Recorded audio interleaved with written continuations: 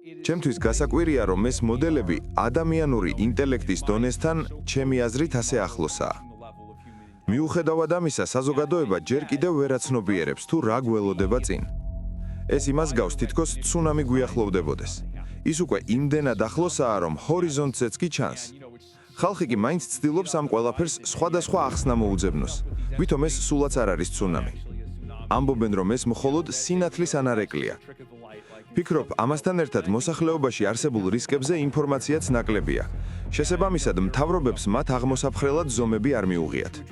არსებობს ისეთი მოსაზრებაც, რომ რაც შეიძლება სწრაფად უნდა განვითარდეთ. ტექნოლოგიის სიკეთეები მეც კარგად მესმის.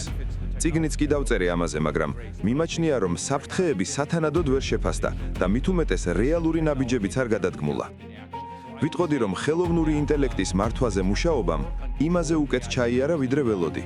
საზოგადოების გათვითცნობიერების მხრივ კი მდგომარეობა იმაზე ცუდია, ვიდრე მეგონა. ასე რომ ისევ იმ აზრზე ვრჩები, რაზეც რამდენიმე წლის წინ ვიყავი.